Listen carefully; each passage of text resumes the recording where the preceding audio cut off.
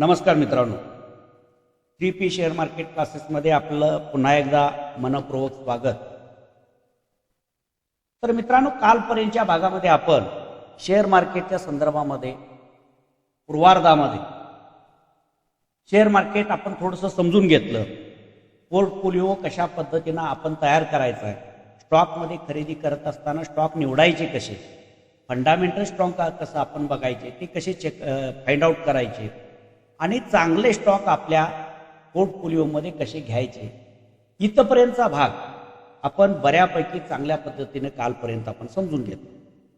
त्याचं प्रॅक्टिस आपण 360 रिसर्चवरती कशा पद्धतीने आपण करायचं हेही तुम्हाला सांगितलं. आणि दुसरा एक आपण वेबसाईट सांगितली तुम्हाला ट्रेडब्रेन स्वरूपाची.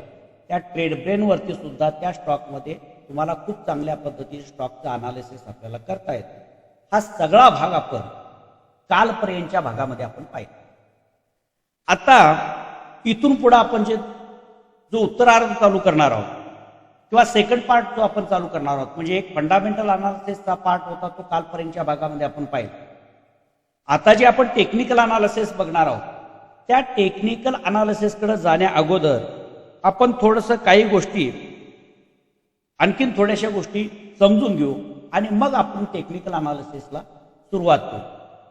तर त्याच्यामध्ये मित्रांनो, सुरुवातीला आपण सांगितलं की शेअर मार्केटमध्ये काम करायच्या ज्या काही प्रमुख पद्धती आहेत. आता काम करण्याच्या स्टाईल्स वेगवेगळ्या आहेत. स्कॅल्पिंग आहे, शॉर्ट टर्मचा आहे, गुंतवणूक करणारे आहेत, काय म्हणतो त्याला आपण लॉंग टर्म गुंतवणूक करणारे आहेत. अशा पद्धतीने वेगवेगळ्या त्या प्रत्येकाच्या स्टाईल्स वेगळ्या आहेत. परंतु काम करण्याच्या पद्धती म्हणजे शेअर मार्केटमध्ये कोणकोणत्या पद्धतीने आपल्याला काम करता येऊ शकतं. केवळ आपण एका विशिष्ट प्रकारचं काम बघून किंवा समजून घेऊन मार्केटमध्ये आलेलो आहे, पण तेवढंच येतं का? तर नाही मित्रांनो, आपल्याला काम करण्याच्या वेगवेगळ्या पद्धती आहेत. त्या पद्धतीमध्ये शेअर मार्केटमध्ये कशा पद्धतीचं काम केलं जाऊ शकतं ते आपण थोडंसं समजून घेतलं पाहिजे. आणि मग आपण कोणत्या पद्धतीचं काम करतो आहोत, आपल्यासाठी कोणती पद्धत कामाची सुटेबल आहे, या गोष्टीचा सुद्धा आपल्याला विचार करायचा आहे. तर शेअर मार्केटमध्ये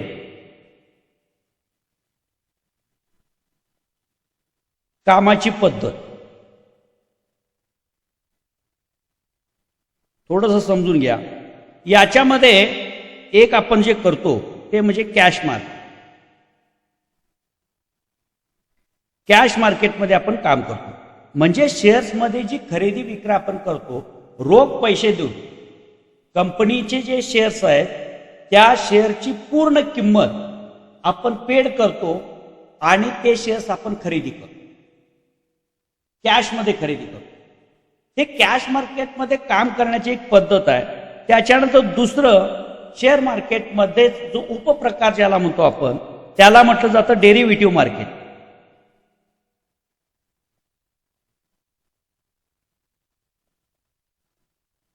आता हा डेरिव्हेटिव्ह मार्केट म्हणजे काय, याचे पुन्हा दोन भाग पडतात. एक त्याच्यामध्ये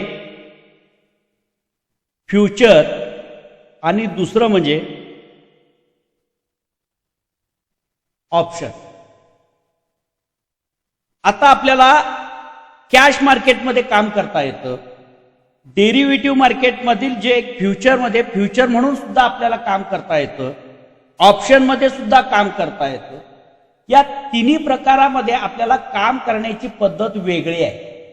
हे पहिलं आपण समजून घेतलं पाहिजे की ज्या वेळेला आपण कॅश मार्केटमध्ये काम करतो त्यावेळेला काय त्याचे फायदे काय आहेत, त्याचे तोटे काय आहेत, हे आपण समजून घेतलं पाहिजे. आणि डेरिव्हेटिव्ह मार्केटमधले जे दोन प्रकार आहेत, एक फ्युचर आणि ऑप्शन, याच्यामध्ये काम कसं केलं जातं, तिची कामाची पद्धत काय, त्याचे फायदे काय आणि त्याचे तोटे काय, या गोष्टी आपल्याला प्रकर्षाने अगोदर समजल्या पाहिजे. जर त्या गोष्टी आपल्याला परफेक्टपणे समजतील तरच आपण त्याच्यामध्ये चांगल्या पद्धतीनं काम करू शकतो. ही गोष्ट पहिला आपण लक्षात घेतली पाहिजे.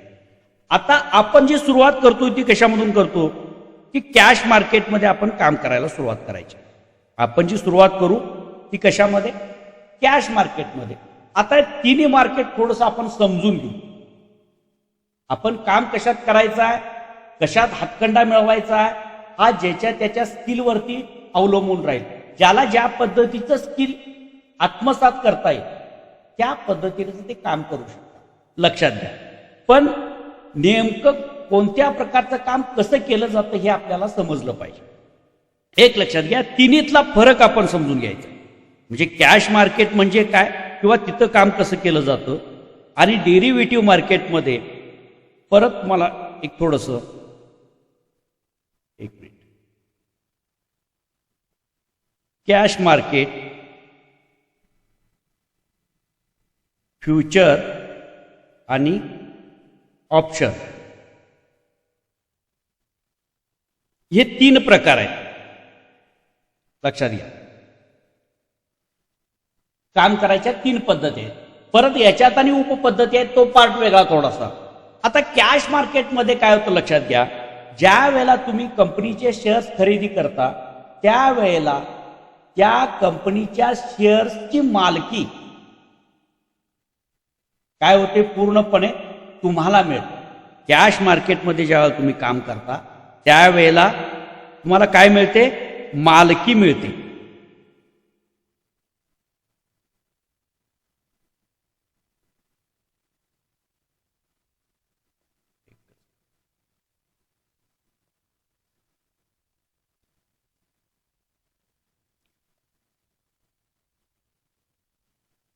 आता ही मालकी कसली आहे, कंपनीच्या शेअर्सची.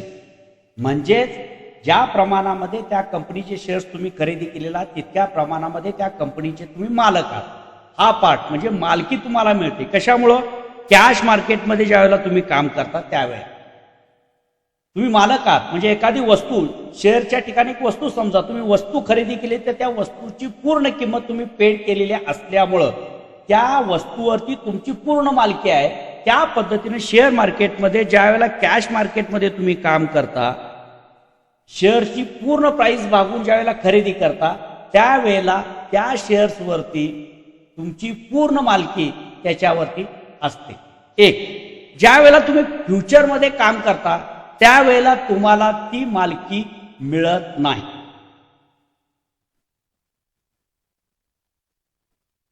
म्हणजे आता हे फ्युचर काय आहे ते मी तुम्हाला चार्टवरती पण दाखवतो नवीन असणाऱ्या लोकांना. आता हे फ्युचर, याच्यामध्ये मालकी मिळत नाही. काम करता येतं आपल्याला, खरेदी करता येतं. शेअर मार्केटमध्ये काम करायचं म्हणजे काय करायचं आहे, खरेदी करायचं आणि विकायचं. स्वस्तामध्ये खरेदी करायची आणि महागात विकायचं आणि ते प्रॉफिट घेऊन आपण बाहेर पडायचं आहे. ही मूळ कन्सेप्ट आहे. तर त्याच्यामध्ये ज्या वेळेला कॅश मार्केटमध्ये आपण खरेदी करतो त्यावेळेला तुम्हाला त्या शेअरचे पूर्ण पैसे तुम्ही भागवलेले असतात. ही पद्धत आहे. कॅश मार्केटमध्ये काम करायचं म्हणजे काय करायचं, पूर्ण शेअरची किंमत भागवायची आणि ते शेअर्स खरेदी करायचे. म्हणजे त्या शेअरची मालकी तुमची झाली, पूर्ण तुमच्या मालकीचे ते शेअर झाले. पण ज्या वेळेला तुम्ही फ्युचर खरेदी करता त्याच शेअर्सची, म्हणजे समजा टाटा स्टील आहे, टाटा स्टील हा काय शेअर्स आहे. त्या कंपनीचे काही शेअर्स तुम्ही काय केले, कॅश मार्केटमध्ये केले. त्या शेअर्सचे तुम्हाला हवे तेवढे शेअर्स, हवे तेवढ्या क्वांटिटी, त्या क्वांटिटीची जी काय किंमत असेल ती भागवता आणि ते खरेदी करता. त्यावेळेला त्या टाटा स्टीलच्या जेवढे खरेदी केलेले शेअर्स आहेत त्याची संपूर्ण मालकी ही तुम्हाला मिळाली. परंतु ज्या वेळेला तुम्ही फ्युचरमध्ये खरेदी करता त्याच कंपनीचं एक दुसरं प्रोडक्ट म्हणजेच काय आहे, फ्युचर आहे. तिथं सुद्धा शेअर्सच मिळतात, तुम्हाला खरेदी करता येतात. परंतु ते शेअर्स फ्युचर म्हणून तुम्ही खरेदी करता त्यावेळेला खरं खरेदी केलेलं जे लॉट आहे याच्यामध्ये खरेदी कसं केलं जातं ते तुम्हाला सांगतो. परंतु ज्या वेळेला त्या टाटा स्टीलचं फ्युचर खरेदी करता त्यावेळेला तुमची त्या शेअर्सवरती मालकी नसते. त्या शेअर्सवरची ती मालकी नसते. भविष्यातला तो एक करार असतो. खरेदी विक्री करणाऱ्याच्या बरोबर तुम्ही ज्याच्याबरोबर खरेदी करताय त्याच्याबरोबर केलेला तो करार असतो आणि त्या कराराला काय म्हटलं, फ्युचर म्हटलं जातं. याच्यावर मालकी असत नाही, लक्षात ठेवा. आता ती का नाही ते तुम्हाला पुढे जाऊन सांगेन. आता त्याच्यानंतर पुढं याच्या ज्यावेळेला ऑप्शन मधून म्हणून तुम्ही काम करता त्यावेळेला सुद्धा तुम्हाला त्या शेअर्सची मालकी मिळत नाही, मालकी नाही. म्हणजे शेअर्स जे तुम्ही खरेदी केलेला आहे, ज्यावेळेला तुम्ही कॅश मार्केटमध्ये खरेदी करता त्यावेळेला ते तुमच्या स्वतःच्या मालकीचे होतात, परंतु तुम्ही फ्युचर जर त्या शेअर्सचं खरेदी केला तर ते तुमच्या मालकीचे होत नाहीत. ते तुम्ही जर ऑप्शनमध्ये खरेदी केला तरी सुद्धा तुम्हाला ते तुमच्या मालकीचे होत नाही. म्हणजे मालकी दोन ठिकाणी मिळत नाही तुम्हाला, फ्युचर आणि ऑप्शनमध्ये ज्या वेळेला काम करता त्यावेळेला. ते का मिळत नाही त्याचं कारण पण तुम्हाला सांगतो. आता एक लक्षात घ्या, म्हणजे कॅश मार्केटमध्ये काम केलं तर स्वतःच्या मालकीचे होतात, एक भाग झाला. आता इथं फक्त काय समजायचं, जर आपण एखाद्या कंपनीचं फ्युचर खरेदी केलं तर आपल्याला मालकी मिळत नाही, ऑप्शन खरेदी केलं तर मालकी मिळत नाही, आणि कॅश मार्केटमध्ये जर आपण खरेदी केलं तर मात्र ते शेअर्स आमच्या मालकीचे होतात. एवढाच फरक पहिला लक्षात घ्या, एक झालं. आता दुसरं, याला वेळेची मर्यादा नसते.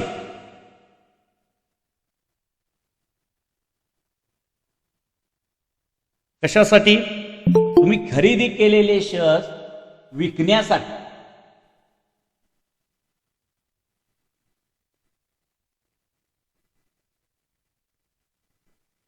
कॅश मार्केटमध्ये ज्यावेळेला तुम्ही शेअर्स खरेदी करता त्यावेळेला अमुक टायमिंग पर्यंतच तुम्ही ते ठेवायला पाहिजे आणि त्याच्यानंतर विकायला पाहिजे, असं कुठल्याही प्रकारचं बंधन तुम्हाला कॅश मार्केटमध्ये राहत नाही. लक्षात, तुमच्या मालकीचे आहेत, तुम्हाला हवे तितके दिवस ते शेअर्स तुमच्या डीमॅट अकाउंटमध्ये ठेवू शकता किंवा तुमच्याजवळ बाळगू शकता.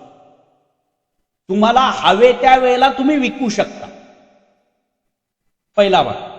जर तुम्ही त्या कंपनीचे, म्हणजे टाटा स्टील उदाहरणादाखल आपण घेतलेलं आहे, टाटा स्टीलचे फ्युचर जर आपण खरेदी केले, फ्युचर मधून शेअर जर खरेदी आपण केले, या प्रकारामध्ये जर आपण खरेदी केले तर आपल्याला या ठिकाणी एक्सपायरी असते. आता एक्सपायरी म्हणजेच काय, डेट बार. त्यावेळेला म्हणजे हा जो कराराच्या स्वरूपामध्ये त्या कंपनीचे शेअर्स तुम्ही खरेदी करता, एक कॉन्ट्रॅक्ट खरेदी करताय तुम्ही, शेअर्स खरेदी करायला मिळत नाही, कॉन्ट्रॅक्ट खरेदी करता. म्हणजे एखाद्या कंपनीच्या शेअर्सची प्राइस वाढणार आहे असं समजून तुम्ही विकणाऱ्याबरोबर काय करार करता की तुमचं ते फ्युचर खरेदी करताय, कॉन्ट्रॅक्ट करताय की 1 महिन्यापर्यंत हे शेअर्स तुम्ही विकू नका, ते मला तुम्ही द्या. अशा पद्धतीचे एक विक्रेता आणि खरेदीदार दोघांच्या मध्ये होतो. किचकटमध्ये नका जाऊ, फक्त एवढं समजून घ्या. एक काय ते एक प्रोडक्ट आहे, समजा डेरिव्हेटिव्ह प्रोडक्ट आहे, ते कशापासून तयार झालेलं, शेअर म्हणजे मूळ जे ऍसेट आहे स्टॉक पासून त्याचं तयार झालेलं हे डेरिव्हेटिव्ह प्रोडक्ट आहे फ्युचर. ते फ्युचर खरेदी केल्यानंतर त्याला एका ठराविक कालावधीपर्यंतच तुम्हाला ते तुमच्याजवळ ठेवता येतं. समजा तुम्ही एखाद्या कंपनीच्या स्टॉकचं फ्युचर खरेदी केलेलं असेल तर त्याला एक्सपायरी आहे. तुमच्या मनाप्रमाणे तुम्ही किती वर्ष ते फ्युचर तुमच्याजवळ ठेवू शकत नाही, त्याला एक एक्सपायरी असते. हे जे फ्युचर असतं याला एक टाइम लिमिट आहे, त्या टाइम पर्यंतच तुम्ही ते फ्युचर तुमच्याजवळ ठेवू शकता. आणि त्या टाइम पिरियड मध्ये जर त्या खरेदी केलेल्या फ्युचरची प्राइस वाढली तर तुम्हाला प्रॉफिट होतं. आणि समजा प्रॉफिट होतं आहे, तुम्ही खरेदी केलेल्या फ्युचरचं किंवा त्या कंपनीच्या स्टॉकची किंमत वाढायला लागलेली आहे, परंतु जर तिची तारीख, त्या फ्युचरची तारीख, एक्सपायरीची डेट असते, त्या डेट संपायला लागली तरी तुमचा प्रॉफिटमध्ये, आणि तुम्हाला जरी ठेवायचं असतं तरी तुमच्या जवळ त्या स्टॉकचं फ्युचर तुम्हाला ठेवता येत नाही. तुम्हाला ते फ्युचर विकून त्यातून बाहेर पडावं लागतं. आणि मग पुढच्या महिन्याचं जे कॉन्ट्रॅक्ट असतं त्याला रोल ओव्हर म्हटलं जातं, ते तुम्हाला सांगितलं जाईल पुढं. पण आता फक्त कन्सेप्ट समजून घ्या. पुढच्या महिन्याचं तुम्हाला काय मिळतं, फ्युचर मिळतं. म्हणजे चालू महिन्याची समजा एका टाटा महिन्याच्या शेवटची एक तारीख असते, ती कधी असते ती मी तुम्हाला सांगतो, गुरुवार आहे, मंगळवार आहे. प्रत्येक स्टॉकमध्ये ज्यावेळेला आपण फ्युचर बघतो. स्टॉकचं जे फ्युचर असतं त्याला महिन्याची एक्सपायरी असते. म्हणजे हे जे प्रोडक्ट आहे फ्युचर, याला 1 महिन्याची एक्सपायरी असते. पहिल्या तारखेपासून ते महिना अखेरपर्यंत साधारणपणे ते तुमच्याकडे ठेवता येतं. आणि महिना अखेरीला जी एक्सपायरी डेट असते, समजा 31 तारीख ही एक्सपायरी डेट असेल, तर त्या दिवशी तुम्हाला असं वाटत असेल की या स्टॉकची किंमत वाढते आहे आणि मी जे खरेदी केलेलं जे फ्युचर आहे त्याची सुद्धा किंमत वाढते आहे, परंतु ते फ्युचर मला जर ठेवून घ्यायचं असेल तर तुम्ही या 31 तारखेच्या पुढे ठेवून घेता येत नाही. तुम्हाला काय करावं लागतं, या तारखेत या महिन्याचं फ्युचर विकून त्यातून बाहेर पडायचं आणि पुढच्या महिन्याचं फ्युचर, पुढच्या महिन्याच्या 31 तारखेपर्यंत जे फ्युचर आहे ते खरेदी करायचं. म्हणजे मग तुम्हाला त्या स्टॉकच्या फ्युचरमध्ये पुढच्या महिन्याच्या अखेरपर्यंत थांबता येतं. परंतु जे कॉन्ट्रॅक्ट तुम्ही खरेदी केलेलं आहे त्या कॉन्ट्रॅक्टची तारीख संपायच्या आतमध्ये तुम्ही त्या फ्युचरला विकून त्यातून बाहेर पडायचं. समजा तुम्ही एखाद्या कंपनीच्या स्टॉकचं फ्युचर खरेदी केलं आणि त्याची किंमत कमी व्हायला लागली आणि तुम्हाला वाटायला लागलं की जरी आज कमी झाली, म्हणजे 31 तारखेच्या जवळ आलेला आहे, तुम्ही पहिल्या महिन्याच्या 1 तारखेला समजा खरेदी केलेला आहे फ्युचर आणि जवळपास तुम्ही काय आलेला आहे महिन्याच्या अखेर म्हणजे एक्सपायरीची तारीख जी ठरलेली आहे त्या फ्युचरची त्या तारखेपर्यंत तुम्ही आलेला आहात, परंतु त्या स्टॉकच्या किमतीमध्ये थोडी घसरण झालेली आहे, लॉस झालेला आहे.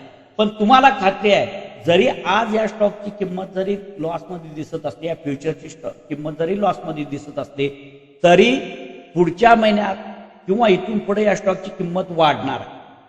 असं जरी वाटत असलं तरी सुद्धा तुम्ही तो स्टॉक या तारखेच्या पुढे तुम्हाला ठेवता येत नाही, तुम्हाला तो विकावा लागतो आणि पुढच्या महिन्याचं फ्युचर तुम्ही खरेदी करून तुमच्याजवळ ठेवू शकता.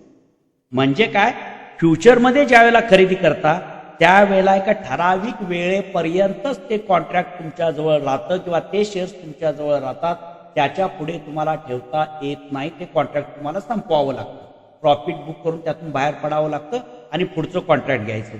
या ठिकाणी सुद्धा इथं काय असते, एक्सपायरीच असते.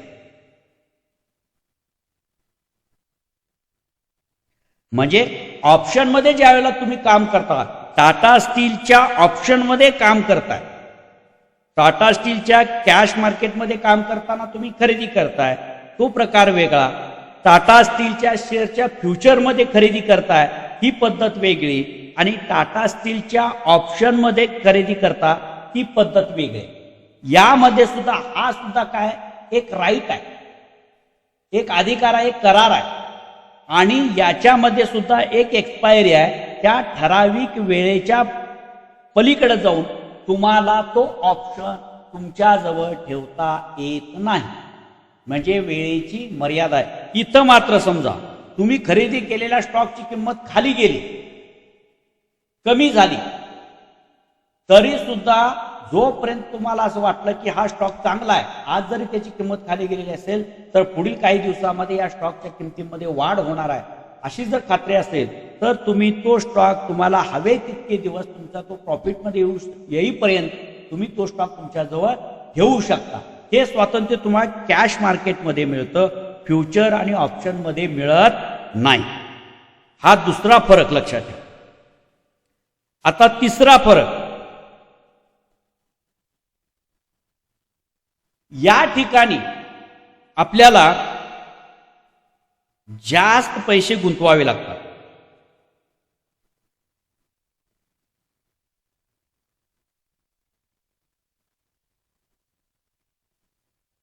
बघा काय समजतं, तिन्हीतला फरक फक्त समजून घ्या. इथे काम कंपनी एकच आहे, पण त्याच कंपनीच्या शेअर्समध्ये खरेदी विक्री करण्याच्या 3 पद्धती. एक कॅशमध्ये खरेदी करणं, एक फ्युचरमध्ये खरेदी करणं आणि तिसरं म्हणजे ऑप्शनमध्ये खरेदी करणं किंवा काम करणं. या 3 काम करण्याच्या पद्धतीमध्ये काय मर्यादा आहेत आणि काय फायदे हे आपण बघायला लागलो. आता कॅशमध्ये ज्या वेळेला तुम्ही खरेदी करता त्यावेळेला तुम्हाला जास्त पैसा लागतो. जास्त पैसा लागतो म्हणजे काय की ज्या वेळेला तुम्ही एखाद्या कंपनीचे शेअर्स खरेदी करता त्यावेळेला त्या कंपनीच्या शेअरची संपूर्ण किंमत, जितक्या क्वांटिटी तुम्ही खरेदी करणार आहात तितक्या क्वांटिटी गुणिले त्या शेअरची प्रति शेअरची प्राइस एकूण जी काय अमाऊंट येईल तेवढे पैसे तुम्हाला द्यावे लागतात आणि खरेदी करावी लागते. म्हणजे पूर्ण पैसे भागवल्याशिवाय तुम्हाला कॅशमध्ये खरेदी करता येत नाही. एक म्हणजेच काय, जास्त पैसा गुंतवावा लागतो. आता फ्युचरमध्ये बघा, लक्षात घ्या, आता हे कसं तुम्हाला चार्टमध्ये पण दाखवणार आहे. आज तुम्हाला दाखवतो की ती तिन्हीमध्ये काय फरक आहे, किती किती पैशामध्ये आपल्याला काम करता येतं. फक्त इथं समजून घ्या. जास्त पैसे गुंतवावे लागतात कॅश मार्केटमध्ये काम करताना. फ्युचरमध्ये काम करताना काय करावं लागतं आपल्याला, कमी पैसा वापरावा लागतो किंवा कमी पैसे गुंतवावे लागतात. कमी पैसे गुंतवावे.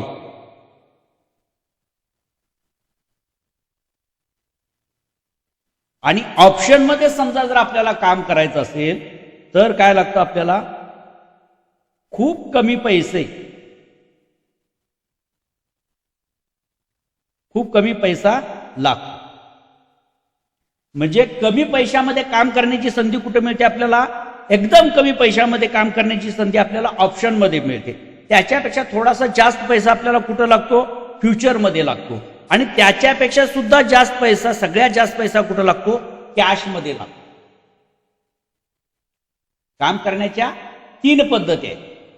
पहिल्या पद्धतीमध्ये आपण त्याचा फायदा पण बघतोय, तोटा पण बघतो. जास्त पैसे कॅश मार्केटमध्ये काम करताना आपल्याला लागते. आता परत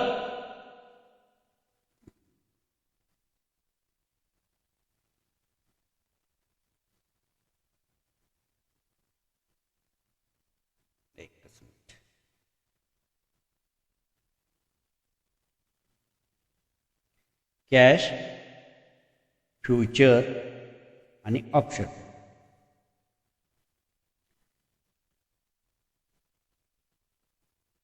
सॉरी, ज्यादा पैसा, कमी पैसा, गुंतवण्याचा गुंतवणूक, खूप कमी पैसा.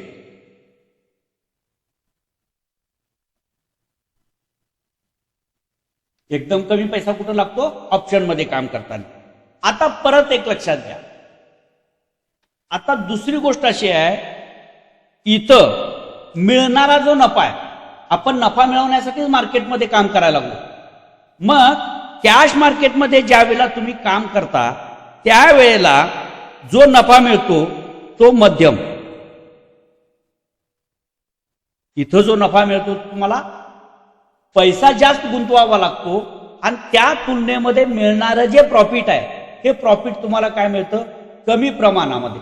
फक्त या तिन्ही गोष्टीच्या बाबत विचार करतो ना, कॅश, फ्युचर आणि ऑप्शन या काम करण्याच्या पद्धतीमध्ये कुठं कमी मिळते ते सांगतो, लक्षात ठेवा. नाहीतर इतर दृष्टिकोनातून, म्हणजे जसं बँक आपण ठेवतो किंवा इतर ज्या गुंतवणूक आहेत त्याच्यापेक्षा चांगला पैसा आपल्याला शेअर मार्केटमधून मिळतो, हा पार्ट वेगळा. इथं लक्षात घ्या, कॅशमध्ये आपल्याला जास्त पैसे गुंतवावे लागतात आणि त्या तुलनेमध्ये मिळणारा नफा मात्र आपल्याला काय मिळतो, कमी मिळतो. आता फ्युचरमध्ये आपल्याला काय मिळतं, इथं जादा प्रॉफिट मिळतो.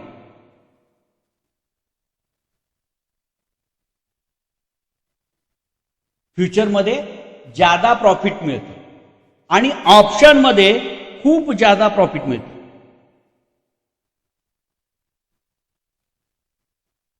बघा काय, कॅशमध्ये ज्यावेळेला आपण कॅश मार्केट म्हणून काम करतो त्यावेळेला आपल्याला खूप पैसा गुंतवावा लागतो, जादा पैसे मोजावे लागतात आणि त्या तुलनेमध्ये मिळणारा नफा मात्र आपल्याला कमी आहे. फ्युचरमध्ये आपण काम केलं तर त्याच्यापेक्षा सुद्धा आपल्याला काय मिळतंय, कमी पैसे लावावे लागतात. कमी पैशामध्ये जादा क्वांटिटी खरेदी करता येतात. एक लक्षात घ्या, कमी पैशामध्ये जादा क्वांटिटी, या ठिकाणी तुम्हाला लिव्हरेज मिळतं, मार्जिन मिळतं. फ्युचरमध्ये, डेरिव्हेटिव्ह मार्केटमध्ये लिव्हरेज मिळतं आणि त्याच्या आधारे तुम्हाला जास्त क्वांटिटी खरेदी करण्याची सवलत मिळते. लक्षात घ्या, म्हणजे सांगतो तुम्हाला, कमी पैसा आणि त्या मानानं कमी पैसे गुंतवणूक करून आपल्याला खूप जादा काय मिळतो, नफा मिळवता येतो. आणि त्याच्यापेक्षा सुद्धा कमी पैसा कुठं लागतो आपल्याला, ज्यावेळेला आपण ऑप्शनमध्ये काम करतो त्यावेळेला आपल्याला खूप कमी पैशामध्ये काम करता येतं आणि कमी पैशामध्ये खूप जादा प्रॉफिट मिळवण्याची संधी आपल्याला कुठे मिळते? ऑप्शनमध्ये मिळते. किती सोपं आहे बघा. कॅश मार्केटमध्ये आपल्याला पैसे तर जास्त गुंतवावे लागतात आणि त्या मानाने मिळणारा नफा कमी आहे. त्या तुलनेत त्याच्यापेक्षा थोडेसे पैसे आपल्याला कमी मिळतात फ्युचरमध्ये. फ्युचरमध्ये काम करतो त्यावेळेला आपल्याला कमी पैसे गुंतवावे लागतात कॅश मार्केटपेक्षा आणि नफा मात्र जास्त मिळतो. पुढे गेलो आपण ऑप्शनमध्ये काम करायचं ठरवलं तर ऑप्शनमध्ये आपल्याला खूप कमी पैशामध्ये काम करायची संधी आपल्याला ऑप्शन मार्केटमध्ये मिळते आणि त्या ठिकाणी कमी पैशामध्ये खूप मोठा नफा मिळवायची संधी आपल्याला कुठे मिळते? ऑप्शनमध्ये मिळते. फक्त फरक समजून घ्या काय करायचं आणि कसं नंतर बघू आपण. आता लक्षात घ्या, आता आला रिस्कचा भाग किंवा प्रॉबेबिलिटी ज्याला म्हणतो आपण. शक्यता, जास्त नफा मिळण्याची शक्यता कुठं? एक लक्षात घ्या,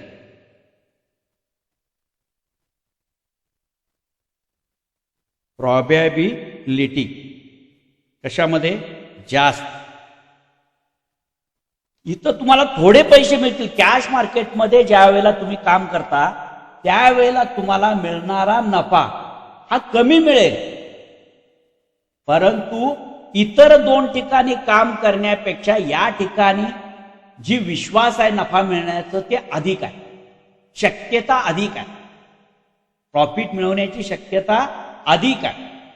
त्या तुलनेमध्ये याच्यापेक्षा थोडी कमी प्रॉबॅबिलिटी, नफा मिळवण्याची प्रॉबॅबिलिटी कुठं कमी आहे? फ्युचरमध्ये कमी. कुठल्यापेक्षा? कॅश मार्केटपेक्षा. आता स्किल आल्यानंतर या गोष्टी तुम्ही करता तो पार्ट वेगळा, पण नव्यानं ज्यावेळेला आपण मार्केटमध्ये काम करता येतोय आपल्यासाठी सुरक्षित जागा कुठं आहे हे पण आपण शोधलं पाहिजे. प्रॉबॅबिलिटी जास्त कॅश मार्केटमध्ये, त्याच्यानंतर प्रॉबॅबिलिटी कमी फ्युचरमध्ये आणि खूप प्रॉबॅबिलिटी कमी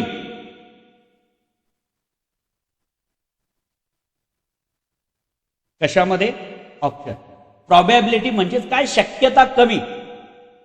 आणि या शक्यतेचाच विचार आपण पहिला करायला शिकलं पाहिजे. लक्षात घ्या, पहिली गोष्ट, आपण जे शेअर मार्केटमध्ये येतो आपलं जे येण्याचं किंवा जे ज्याच्याकडे बघून शेअर मार्केटमध्ये आपण काम करावं असं आपल्याला जी इच्छा निर्माण झालेली असते ती कशामुळे निर्माण झालेली असते?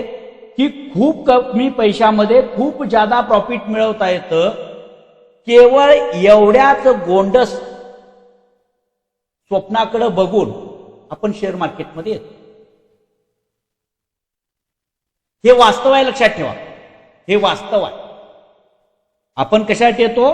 खूप कमी पैशामध्ये खूप जादा पैसे मिळवण्याची संधी शेअर मार्केटमध्ये आहे, एवढंच आम्हाला माहिती आहे आणि म्हणून आपण शेअर मार्केटमध्ये येतो.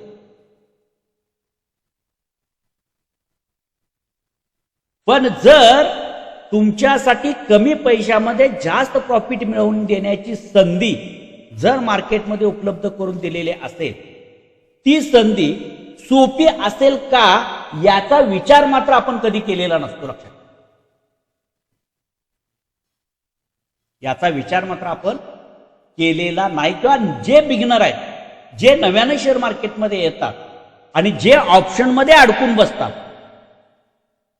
त्यांच्यासाठी सूचना. दोन गोष्टी आहेत लक्षात ठेवा. जर आपल्याला कमी पैशामध्ये भरपूर सारा नफा मिळवायचा असेल तर आपल्याला आपलं स्किल डेव्हलप केलं पाहिजे. ती कन्सेप्ट आपल्याला समजून घ्यावी लागेल. त्या ह्याच्यामध्ये काम करण्याच्या कोणकोणत्या गोष्टी आपल्याला आल्या पाहिजेत, माहिती असल्या पाहिजेत. त्या सगळ्या गोष्टीचं प्रॉपर नॉलेज जोपर्यंत आपल्याला नाही तोपर्यंत आपण ऑप्शनला हात लावायचा. आणि एकदा ते तुम्हाला समजलं की मग तुम्ही कमी पैशामध्ये खूप सारा पैसा मिळवण्यासाठी तुम्ही काय होता? फ्री हँड होता. तुम्ही करू शकता, पण थोडं स्किल तुम्हाला त्या ठिकाणी आलं पाहिजे. हा भाग झाला. आता परत त्या तिन्हीतला फरक काय सांगितलं? कॅश मार्केटमध्ये प्रॉबॅबिलिटी जास्त, फ्युचर त्या मानानं प्रॉबॅबिलिटी कमी. आणि त्या आता ही प्रॉबॅबिलिटी कमी का तेही कारण सांगतो तुम्हाला. इथं प्रॉबेबिलिटी जास्त काय? याचं कारण तुम्ही खरेदी केलेल्या शेअर्सवरती तुमची मालकी आहे. तुम्ही हव्या तितके दिवस तुम्ही तुमच्याजवळ तो शेअर्स ठेवू शकता. जोपर्यंत तो नफ्यामध्ये येत नाही तोपर्यंत तो शेअर्स किंवा त्या कंपनीचे शेअर्स तुमच्याजवळ ठेवू शकता आणि नफ्यामध्ये आल्यानंतर विकू शकता.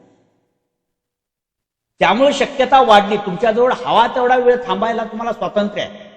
परंतु फ्युचरमध्ये तुम्हाला वेळेची मर्यादा आहे. ठराविक वेळेच्या आतमध्येच त्या स्टॉकच्या किमतीमध्ये वाढ झाली पाहिजे. तुम्ही खरेदी केलेल्या म्हणजे जे काय इथून मार्केट वाढणार आहे असं ज्या वेळेला तुम्हाला जर ठरवलेलं असेल, अनालिसिस असेल, तर त्या वेळेमध्ये त्या स्टॉकने त्या पद्धतीची मुवमेंट दिली पाहिजे. तुमच्या मनाप्रमाणे, तुमच्या अनालिसिस प्रमाणे मार्केटमध्ये मुवमेंट झाली पाहिजे त्या ठराविक वेळेमर्यादेत, म्हणजे एक्सपायरीच्या आतमध्ये, तरच तुम्ही प्रॉफिटमध्ये येऊ शकता. अन्यथा तुम्ही प्रॉफिटमध्ये नाही म्हणून तुम्हाला त्या एक्सपायरीच्या पुढे ते कॉन्ट्रॅक्ट घेऊन जाता येत नाही. त्यामुळे प्रॉबेबिलिटी या ठिकाणी कमी होत. आता पुढं ऑप्शनमध्ये ज्या वेळेला काम करता त्यावेळेला इथं मात्र काय होतं लक्षात घ्या, थोडासा फरक समजून घ्या. पुढे जाऊन ज्या वेळेला तुम्हाला ऑप्शनमध्ये ही कन्सेप्ट सांगितली जाईल त्यावेळेला याची उजळणी होणार आहे. आता ह्या तिन्हीमध्ये थोडंसं याचा बेस तुम्हाला क्लिअर कळून जाईल की तिन्हीमध्ये फरक काय. आता एक गोष्ट लक्षात घ्या, इथं खूप कमी असं का म्हटलं, म्हणजे इथं जिंकायची शक्यता 1 नंबरला जिंकायची शक्यता जास्त आहे, 2 नंबरला त्याच्यापेक्षा कमी आहे, आणि खूप जिंकायची शक्यता कुठं आहे आपल्याला कमी? ऑप्शनमध्ये.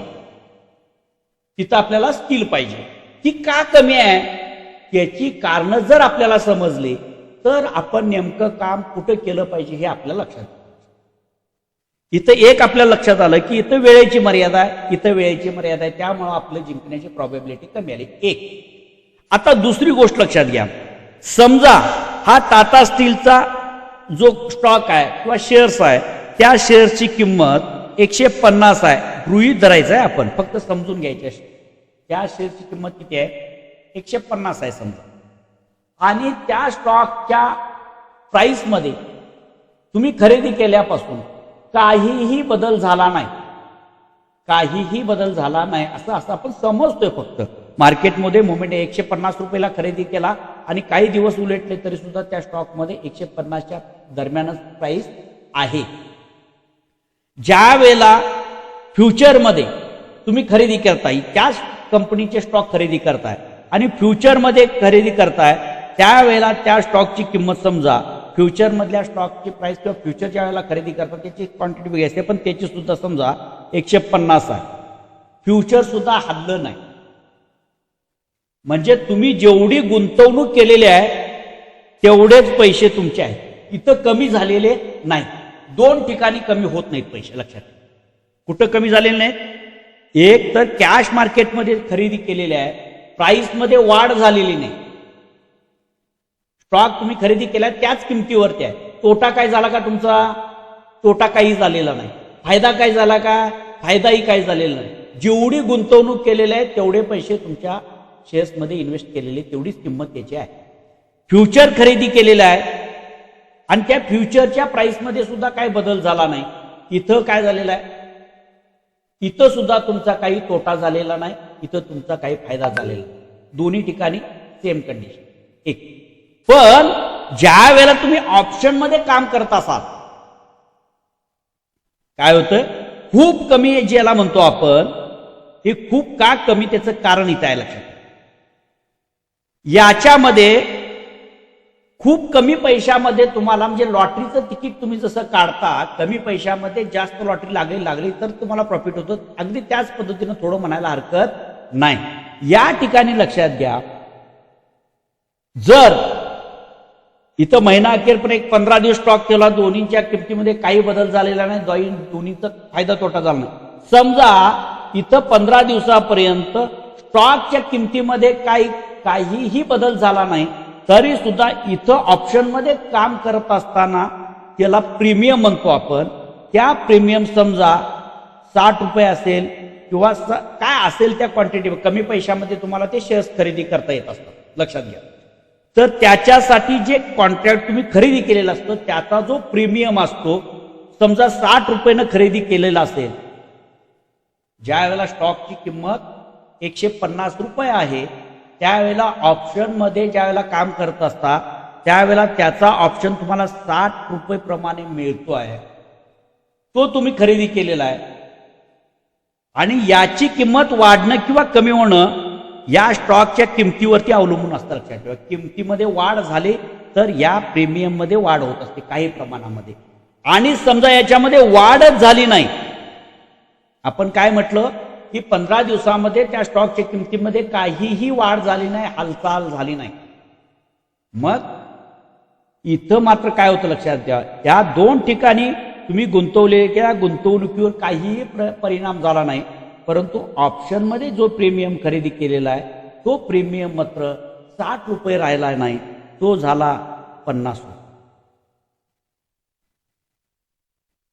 म्हणजे काय, तुम्ही खरेदी केलेला जसा वेळ लागेल तसं याचं जे प्रीमियम वाढायचं जे स्पीड आहे ते हळूहळू हळूहळू कमी व्हायला, त्याच्यासाठी काही किंमत याच्यामध्ये ऍड केलेली असते. त्याला काय म्हटलं जातं ते पुढे जाऊन आपण समजणार आहोत.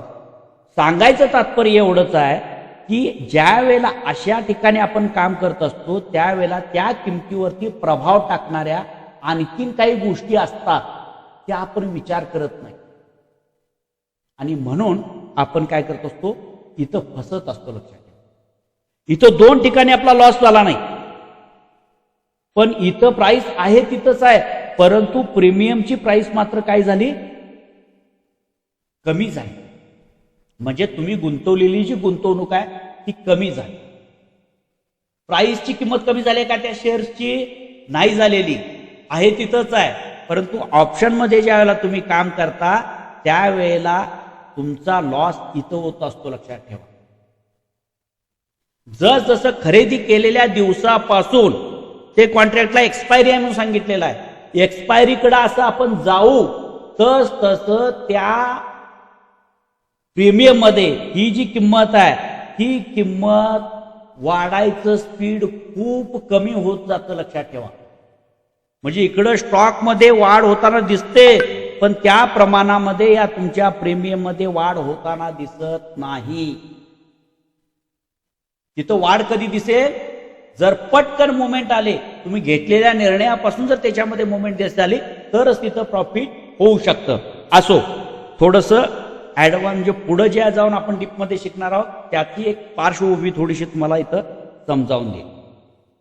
ओके, आता इथंपर्यंतचा भाग आला. आपण काय समजलं आपण की प्रॉबॅबिलिटी सगळ्यात जास्त कुठं आणि कमी कुठं. प्रॉबॅबिलिटी म्हणजे जिंकण्याची शक्यता, कॅश मार्केटमध्ये आपण खरेदी केली तर जिंकण्याची शक्यता आपल्याला थोडीशी अधिक असते. त्याच्यानंतर फ्युचरमध्ये जर आपण काम केलं तर त्या ठिकाणी थोडीशी आपली काय होते, प्रॉबॅबिलिटी कमी होते. आणि त्याच्यापेक्षा प्रॉबॅबिलिटी तिथं थोडी कमी काय झाली तर त्याला एक्सपायरीची मर्यादा आहे म्हणून थोडी कमी झाली. आणि पुढे ज्यावेळेला ऑप्शनमध्ये काम करतो त्या ठिकाणी आपल्याला एक तर एक्सपायरीची म्हणजे वेळेची सुद्धा या मर्यादा आहे, आणि त्याबरोबर या प्रीमियम मध्ये काही अंतर्भूत असलेल्या ज्या किंमत आहेत त्या किमतीमध्ये होणाऱ्या घटीचा परिणाम सुद्धा इथं होतो. त्यामुळं आपण जिंकण्याची शक्यता त्या ठिकाणी हळूहळू अधिक प्रमाणामध्ये कमी होताना दिसते. म्हणून प्रॉबॅबिलिटी कमी किंवा अवघड म्हणतो आपण ती कुठं, ऑप्शनमध्ये काम करण्यासाठी आपल्याला थोडं अवघड आहे. आता त्या तीन गोष्टी आपण समजून घेऊ. आता सगळ्यात जास्त रिस्क कुठं आहे लक्षात घ्या, सगळ्यात जास्त रिस्क ऑप्शन मध्ये. कॅश, फ्युचर आणि ऑप्शन, इथं रिस्क कमी. का सांगितलं रिस्क कमी, प्रॉबॅबिलिटी जास्त आहे आणि तुम्ही खरेदी केलेला स्टॉक तुमच्याजवळ हवे तितके दिवस तुम्ही ठेवू शकता हे त्या ठिकाणी तुम्ही स्वीकारलेलं आहे किंवा तुम्हाला माहिती आहे. एक फ्युचरमध्ये एक्सपायरी आहे त्यामुळे इथं थोडीशी रिस्क आपली वाढली, रिस्क थोडी जास्त.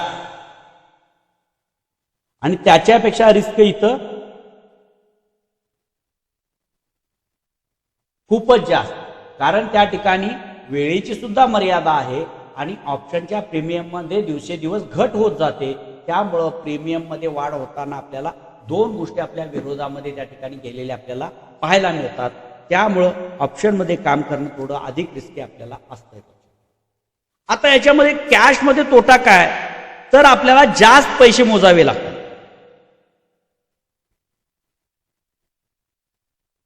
आपण सुरुवातीचा जो मुद्दा बघितला, जास्त पैशामध्ये कमी क्वांटिटी खरेदी करता येतात आणि फ्युचरमध्ये कमी पैशामध्ये जास्त क्वांटिटी आणि इथं खूपच कमी पैसा लागतो.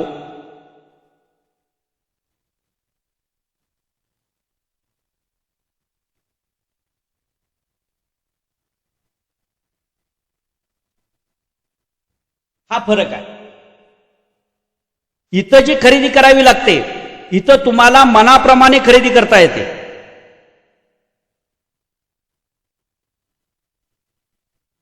मनाप्रमाणे म्हणजे क्वांटिटी. तुम्हाला समजा 10च क्वांटिटी खरेदी करायची आहे, तुम्ही इथं 10च क्वांटिटी खरेदी करू शकता. तुम्हाला इथं 100 क्वांटिटी खरेदी करायची आहे, तुम्ही 100 क्वांटिटी करू शकता. समजा तुम्हाला 99 क्वांटिटी खरेदी करायची आहे, तुम्ही कॅशमध्ये ज्यावेळेला खरेदी करता त्यावेळेला तुम्हाला ते स्वातंत्र्य आहे, तुम्ही हव्या तितक्या क्वांटिटी त्या ठिकाणी खरेदी करू शकता. परंतु त्याच कंपनीचा स्टॉक, त्याच कंपनीच्या स्टॉकचं फ्युचर जर तुम्ही खरेदी करत असाल तर तुम्हाला लॉट खरेदी करावा लागतो. म्हणजे हे जे प्रोडक्ट आहे, हे प्रोडक्ट खरेदी करताना स्टॉकच मिळणार तुम्हाला, क्वांटिटीच मिळणार, परंतु सुट्या क्वांटिटी मिळत नाही. इथं याचा लॉट समजा 500चा लॉट असेल तर तुम्हाला 90 पाहिजे म्हणून त्या फ्युचर 90 खरेदी करता येत नाही. हे 500 क्वांटिटीचा एक लॉट घ्यायचं असेल तर दुसरा समजा वाढीव पाहिजे तुम्हाला, तर 500 क्वांटिटीचे 2 लॉट घेऊ शकतात. म्हणजे खरेदी कसं करावी लागते, तुम्हाला लॉटमध्येच खरेदी करावी लागते. फोडून खरेदी करण्याचं स्वातंत्र्य तुम्हाला फ्युचरमध्ये नाही. कमी पैशामध्ये खरेदी करता येतं, परंतु गट्टा खरेदी करायचा आहे तुम्हाला.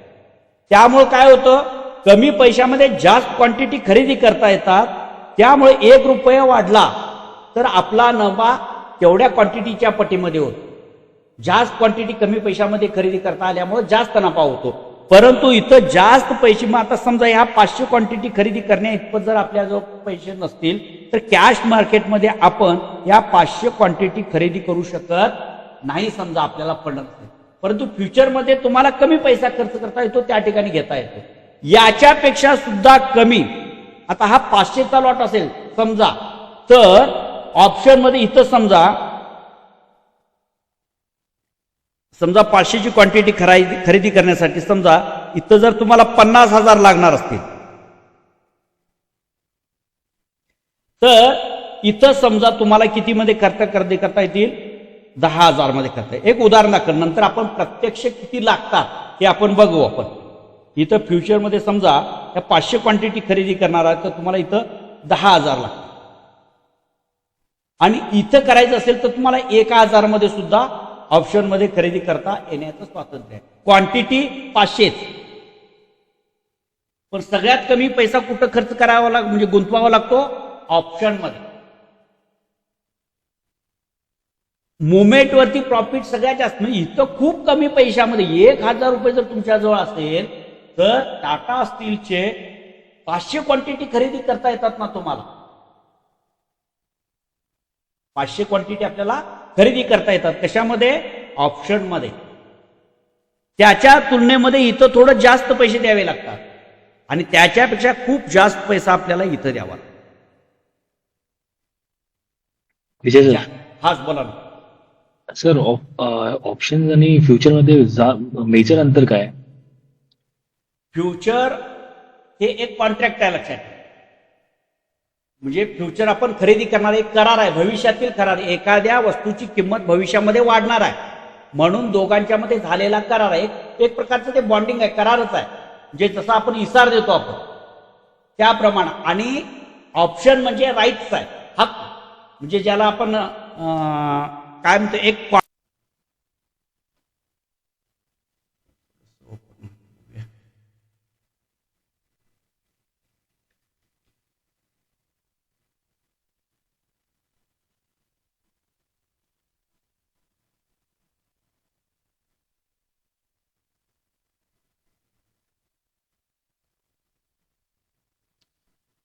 आता कुठलाही एक स्टॉक आपण टाकू याच्यामध्ये, लक्षात घ्या.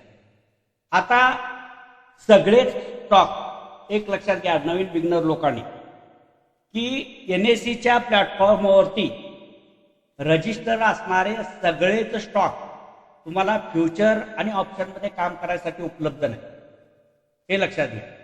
काही ठराविक स्टॉक जे आहेत ज्याचेच आपल्याला फ्युचर्स आणि ऑप्शन्स मध्ये काम करता येतं, सगळ्या स्टॉक मध्ये करता येत नाही. मग कुठला स्टॉक फ्युचर मध्ये आहे, कुठल्या स्टॉकचं ऑप्शन उपलब्ध आहे, कसं ओळखायचं आपण? तर आपण स्टॉकचं जे नाव टाकतो त्याच्या समोर आपण FUT टाकलं की तो स्टॉक फ्युचर मध्ये आहे की नाही हे आपल्याला त्या ठिकाणी लगेच लक्षात येतं. आता जे उदाहरण आपण घेतलं त्याचंच नाव टाकू आपण.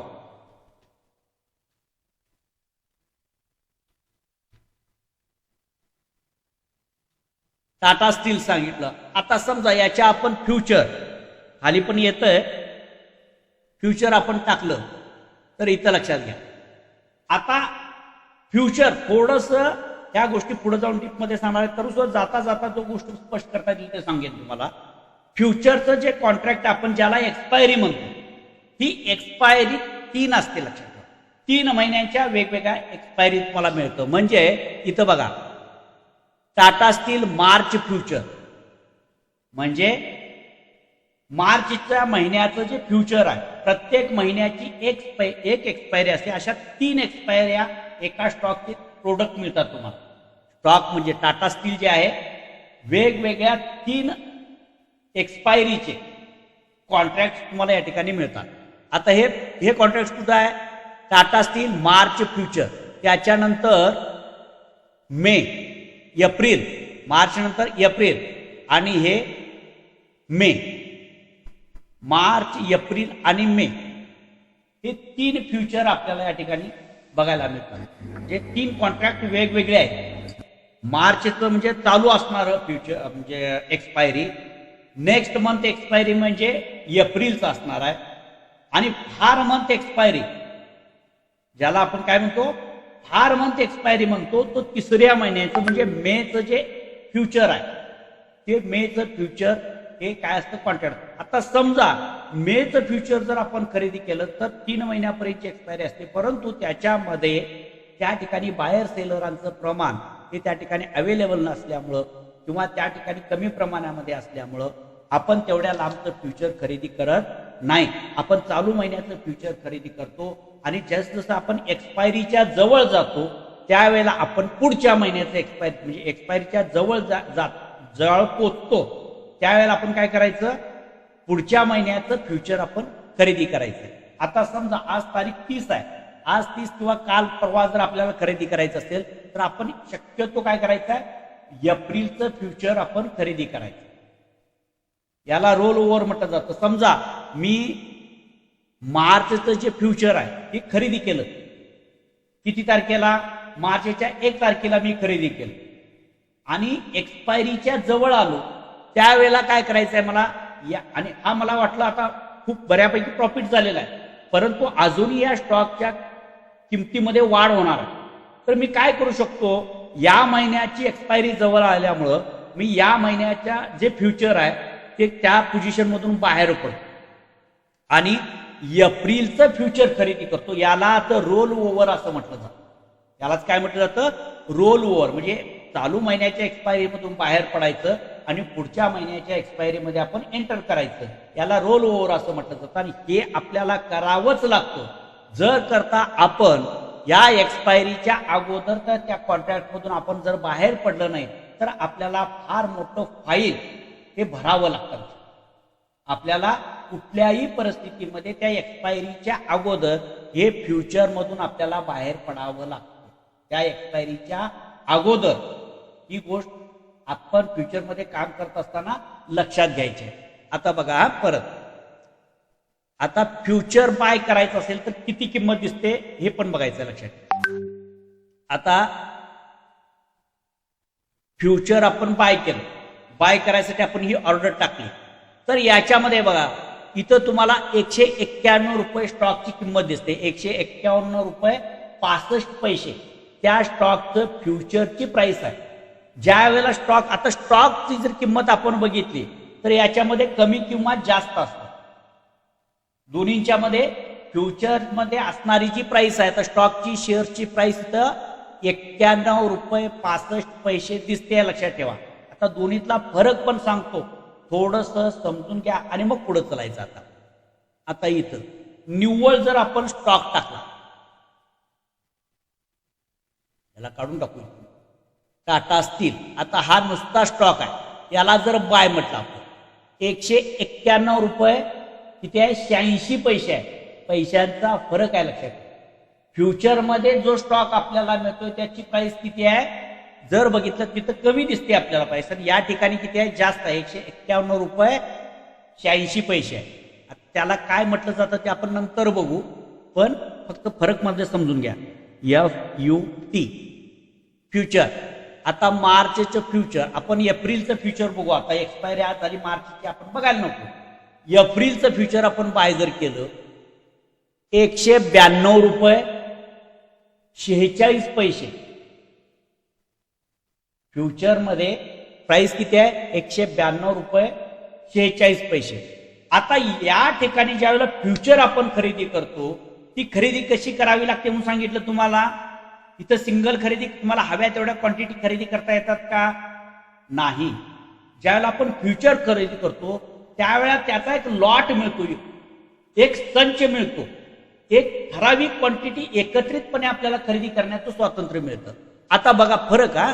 आता इथं क्वांटिटी किती आहे लक्षात घ्या. हा लॉट आहे, हा दिसतो का तुम्हाला, माझा कर्सर दिसतो तुम्हाला, एकच मिनिट, हो एकच मिनिट, थोडस चेंज करतो. हो सर. आता हा कर्सर इथं दिसतं, हा एक क्वांटिटी दिसते, आणि इथं क्वांटिटी किती आहे मला सांगा, 5500 क्वांटिटी आहे. 5500 क्वांटिटी आहे.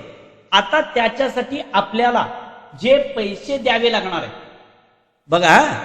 आता पैसे ते रिक्वायर्ड इथे किती दिले बघा, 2,12,243 रुपये. किती आपल्याला गुंतवणूक करावी लागणार आहे, 2,12,243 रुपये. याच्यामध्ये आपल्याला बदल काय, म्हणजे हे मल्टिपल, याच्यामध्ये मार्जिन म्हणून आपल्याला 2,12,243 रुपयाला आपल्याला म्हणजे गुंतवावे लागणार आहे. लक्षात आलं, एवढी इन्व्हेस्टमेंट आपल्याला करावी लागणार आहे. एक लॉट आपण खरेदी करतोय त्याचा, आणि त्या लॉट मध्ये किती, 5500 क्वांटिटी खरेदी करतोय. आता दुसरी बाजू तुम्हाला दाखवतो, त्याच्याच मध्ये जर आपल्याला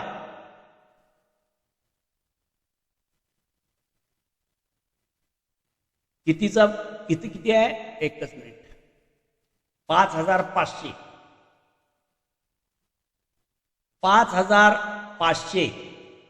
गुणिले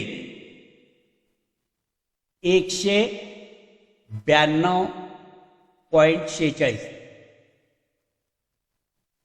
10,58,000 रुपये तुम्ही कॅश मध्ये जर काम करणार असाल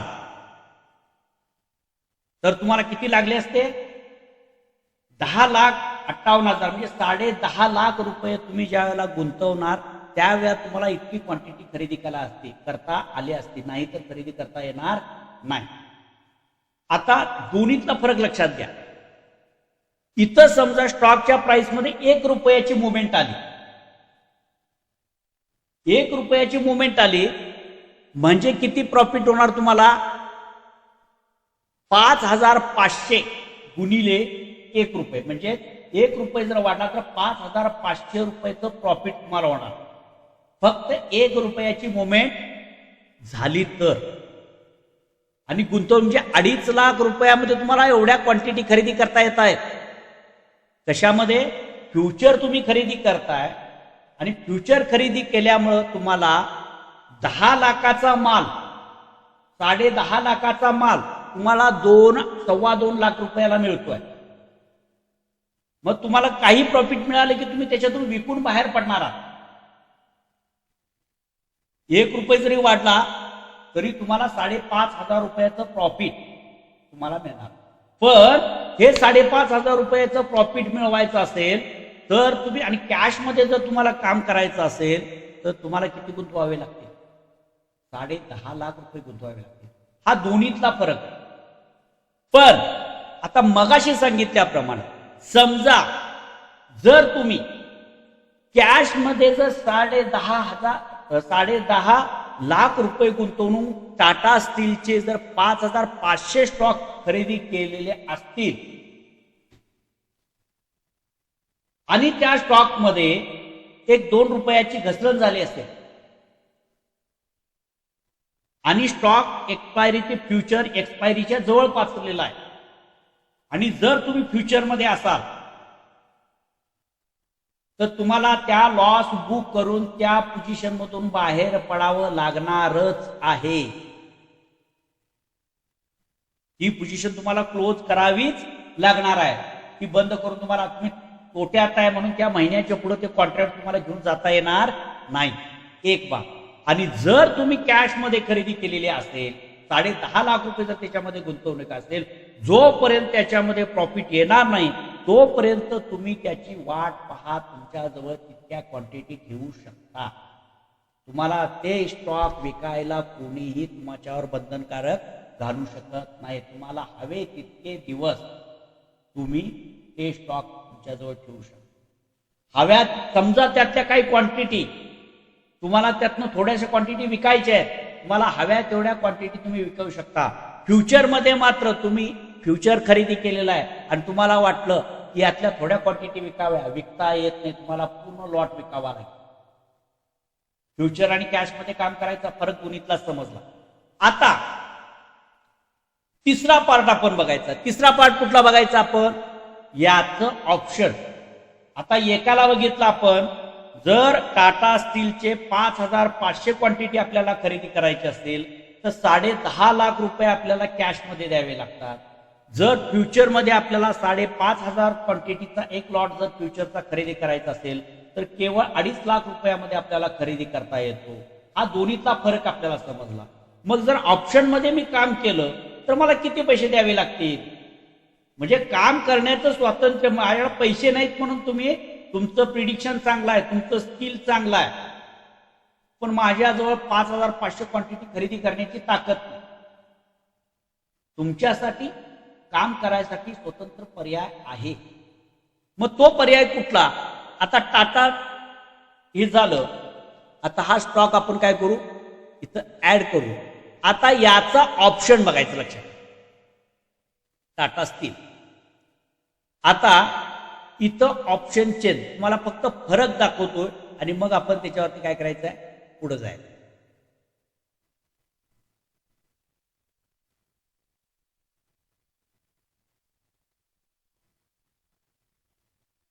आता ऑप्शन मध्ये मात्र तुम्हाला लॉट साईज काय राहणार आहे? इथं सुद्धा तुम्हाला हव्या तेवढ्या क्वांटिटी खरेदी करण्याचं स्वातंत्र्य नाही. जसं फ्युचरमध्ये तुम्हाला लॉटमध्ये खरेदी करावी लागते तसंच ऑप्शनमध्ये सुद्धा तुम्हाला काय करावे लागते? लॉटमध्येच खरेदी करावी लागते. टाटा स्टीलचा लॉट साईज किती आहे? 5,500 क्वांटिटीचा एक लॉट आहे फ्युचरमध्ये. ऑप्शनमध्ये सुद्धा क्वांटिटी किती असणार आहे? एका लॉटची 5,500. लॉट तरी समजले आपल्याला.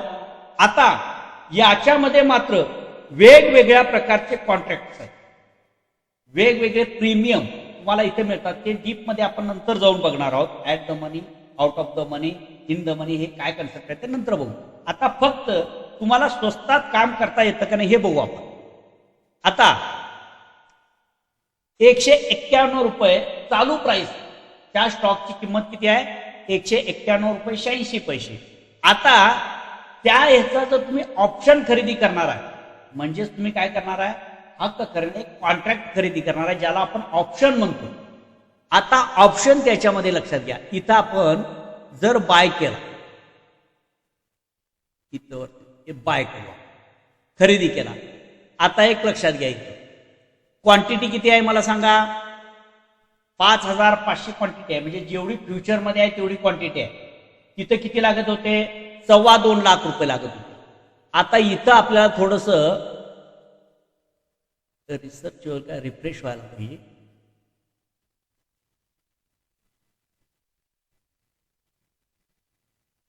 इथं रिफ्रेश झालं तर आपल्याला ते बघता येईल, नाही तर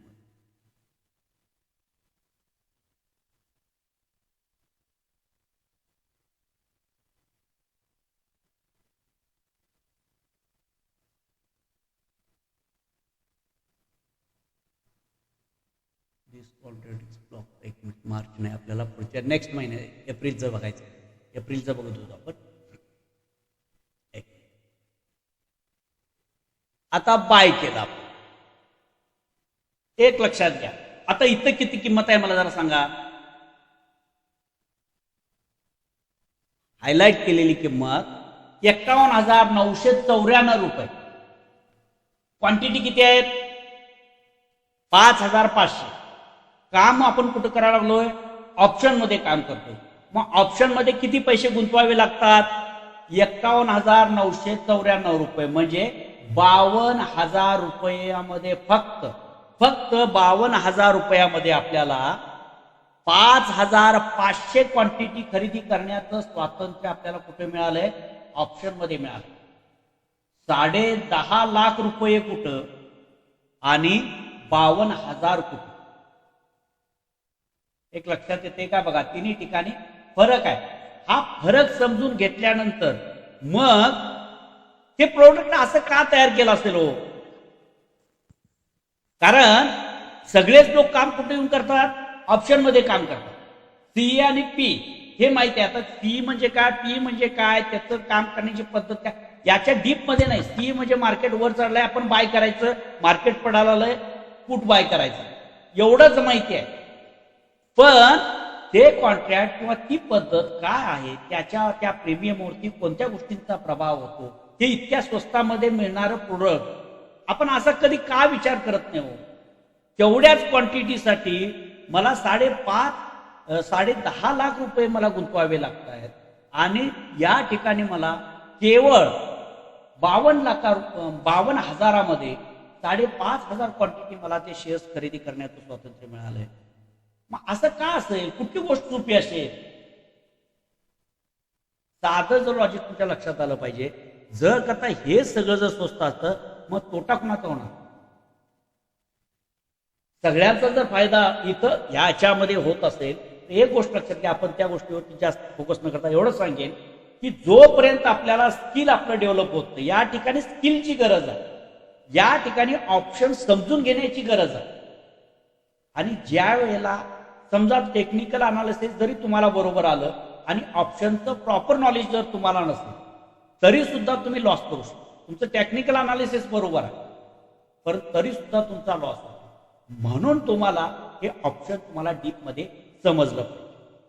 म्हणजे आपल्याला जरी पैसे समजा 5,500 क्वांटिटी आपल्याला खरेदी करायची ताकद नसेल, तरी सुद्धा आपण कमी पैशामध्ये कमी क्वांटिटी खरेदी करून कमी नफा मिळवून आपण काय करू शकतो? समाधान राहू शकतो. आपल्याला झटकेत रातोरात आपल्याला अरबपती व्हायची गरज नाही. आपण स्टेप बाय स्टेप कमी थोडे पैसे मिळवत जर आपण केलं तर त्याचे कंपाऊंडिंग आपण पद्धतीने आणि आपण चांगल्या पद्धतीचे वेल्थ क्रिएट करू शकतो. लक्षात ठेवा, लॉंग टर्म साठी आपण शेअर मार्केटमध्ये टिकू शकतो आणि लॉंग टर्म मध्ये आपण चांगल्या पद्धतीचे पैसे मिळवू शकतो. कमी स्किल असतात आणि ज्या वेळेला तसं तुमचं स्किल चांगल्या पद्धतीचं डेव्हलप होत जाईल, जसं तुमचं स्किल वाढत जाईल, तसं तुम्ही एक स्टेप पुढे जाऊ शकता. फ्युचरमध्ये ऑप्शनपेक्षा धोका कमी का? कारण त्याच्यामध्ये टाइम व्हॅल्यू असेल किंवा इतर जे काही गोष्टी आहेत त्याचा प्रभाव त्याच्यावरती पडत नाही.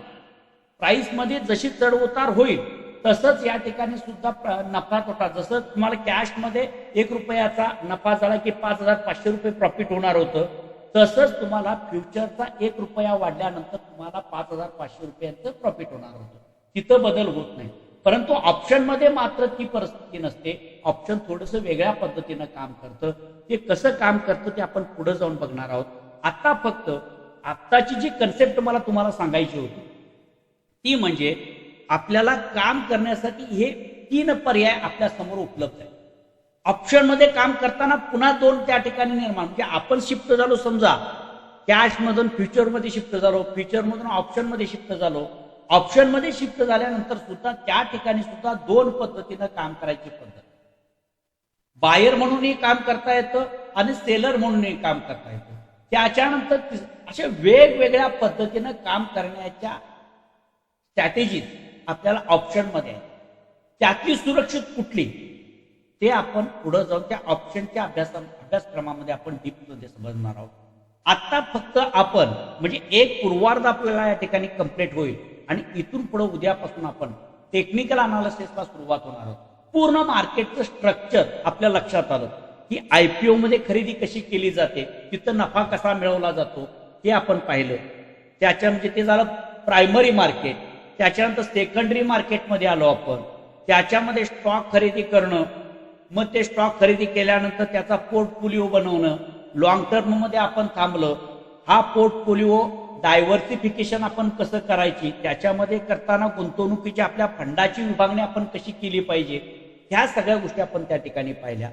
त्याच्यानंतर या 3 ठिकाणी आपल्याला काम करत असताना कॅश मार्केटमध्ये काम करताना आपण काय कसं काम करू शकतो, तिथं काम करायची पद्धत काय, तिथं फायदे काय आहेत, तिथं फायदे कोणते आहेत, तोटे कोणते आहेत हे आपण पाहिलं.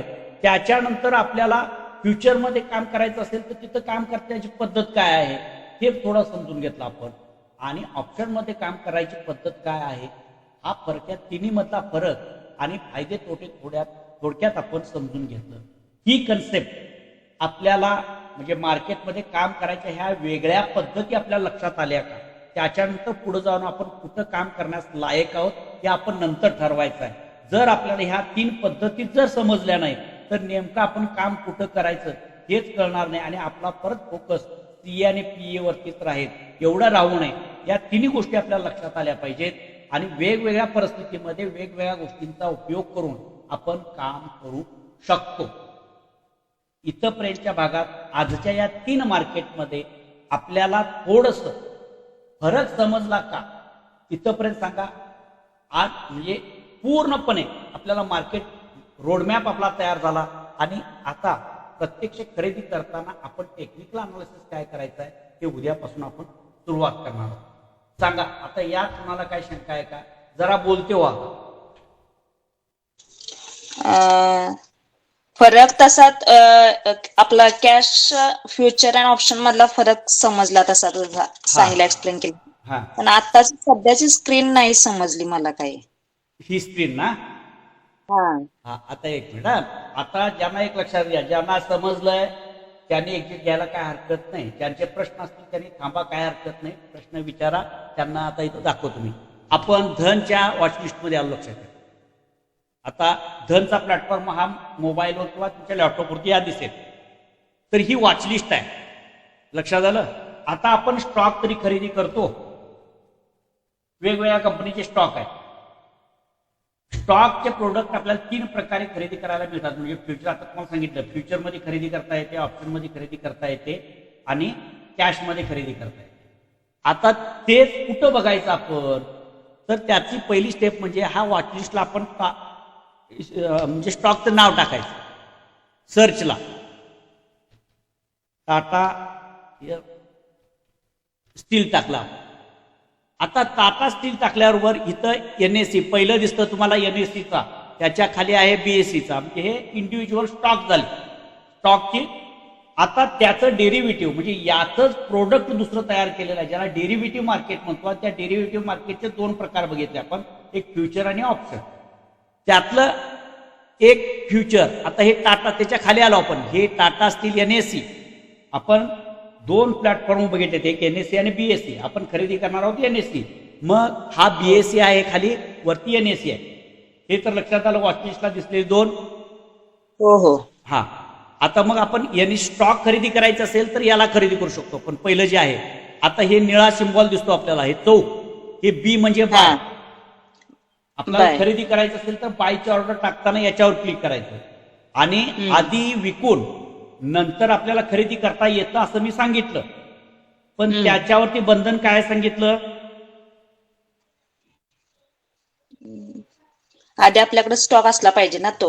नाही, मी तुम्हाला सांगितलं ना मगाशी, आपल्याला स्टॉक असू दे किंवा नसू दे, आपल्याला अगोदर विकून नंतर खरेदी करता येतं असं मी म्हटलं. पण याच्यावर एक बंधन काय आहे की आपल्याला इंट्राडे म्हणतो आपण, एक प्रकार आहे काम करायचा इंट्राडे.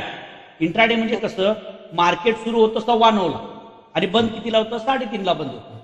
तर या दरम्यानच आपल्याला ती ऑर्डर टाकून आपण ती क्लोज करायची. म्हणजे काय करायचं, तुमच्यावर स्टॉक नाही, आता मार्केट चालू आहे असं समजा, मी काय करणार, आता मला वाटतं इथून स्टॉक आता खाली जाणार आहे, माझ्यावर स्टॉक नाही पण वॉचलिस्टला आपण ऍड केलाय, म्हणजे ब्रोकरच्या प्लॅटफॉर्मवरती तो स्टॉक आहे. मग इथं काय करायचं, मला विकायचं आहे आधी, मार्केट खाली गेलं आणि जेवढा खाली जाईल तेवढा माझा फायदा होणार आहे, एवढं समजून घ्यायचं आहे. तुम्ही मगाशी सांगितलेला तोच प्रश्न, आपल्याकडे नाही तर विकायचं कसं, विकता येतं म्हणून सांगितलं, फक्त त्याला मर्यादा कधी आहे. हा, समजा मी आज विकायचं आणि उद्या खरेदी करायचं म्हटलं तर करता येत नाही, ते फक्त आपल्याला फ्युचरमध्ये आणि ऑप्शनमध्ये करता येतं. स्टॉक कॅशमध्ये आपल्याला करता येत नाही. स्टॉक मध्ये खरेदी म्हणजे कॅश मध्ये करायचं असेल तर इंट्राडेची मर्यादा पाळायची, म्हणजे सकाळी 9:15 नंतर मार्केट चालू झाल्यावर आपण आधी विकू शकतो. मग विकायचं म्हटलं तर ह्याचं काय करणार, आपण क्लिक केलं, इथं क्लिक केल्या पेट ही ऑर्डरची प्लेट ओपन होते तुमच्यासमोर. मग इथं ऑर्डरची इथं आलं, ट्रेडिंग आलं, पे लेटर, हे इन्व्हेस्टिंग आलं. आता इन्व्हेस्टिंग नाही, आपल्याला इंट्राडे करणार म्हणजे काय मर्यादा असते, आपल्याला बंधनच आहे ते. जर तुम्हाला आधी विकायचं असेल आणि नंतर बाय करायचं असेल, खरेदी करायचं असेल, म्हणजे तो फक्त एक ऑर्डर पूर्ण होणार आणि त्या ऑर्डरच्या मधला नफा आपल्याला होणार. आता इथं विजय समजा, सर, हा बोला. Vijay sir, sorry to cut you. नहीं नहीं बोला। सर पहले मैं सेल क्यों करूं फिर बाय क्यों करूं, मैं डायरेक्टली बाय कर सकता हूँ ना, क्या है इसका रीजन? रीजन हमें क्या करना है सर, मार्केट में जब आते हैं, जब मैं जो चीज खरीदी करता हूं, मैं पहले सेल कर रहा हूं, इसका मतलब ये है कि अगर ये चीज मुझे मालूम है कि यहां से नीचे जाएगी, ठीक है, मैंने पहले सेल करता हूं और बाद में मैं बाय करने का मतलब क्या है, मैंने सेल के ऑर्डर प्लेस किए और मेरा व्यू क्या है, नीचे जाएगा, मार्केट नीचे जाएगा, ट्रेडिंग बनाएगी, ठीक है, नीचे जाएगा, जितना नीचे जाएगा मैं जहां बेचूंगा वहां से जितना नीचे जाएगा वहां तक का जो फासला होता है या फर्क होता है, गैप होता है, या जितना फर्क होता है, जितना पैसों का, उतना हमारा प्रॉफिट है.